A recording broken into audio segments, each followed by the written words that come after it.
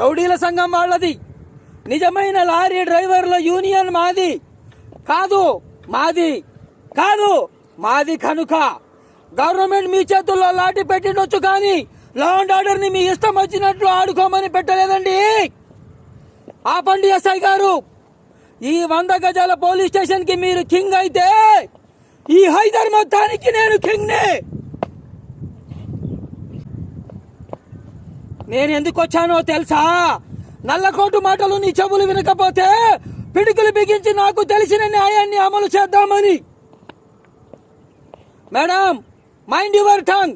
పరాయ భాషలో మాట్లాడితే నా మీద మీకు గౌరవం పెరుగుతుందా? కాకి బట్టలు వేసినంత మాత్రాన నిరపరాధులను అపరాధులు చేసే అధికారం ఈ పోలీసులకి ఎవరిచ్చారు?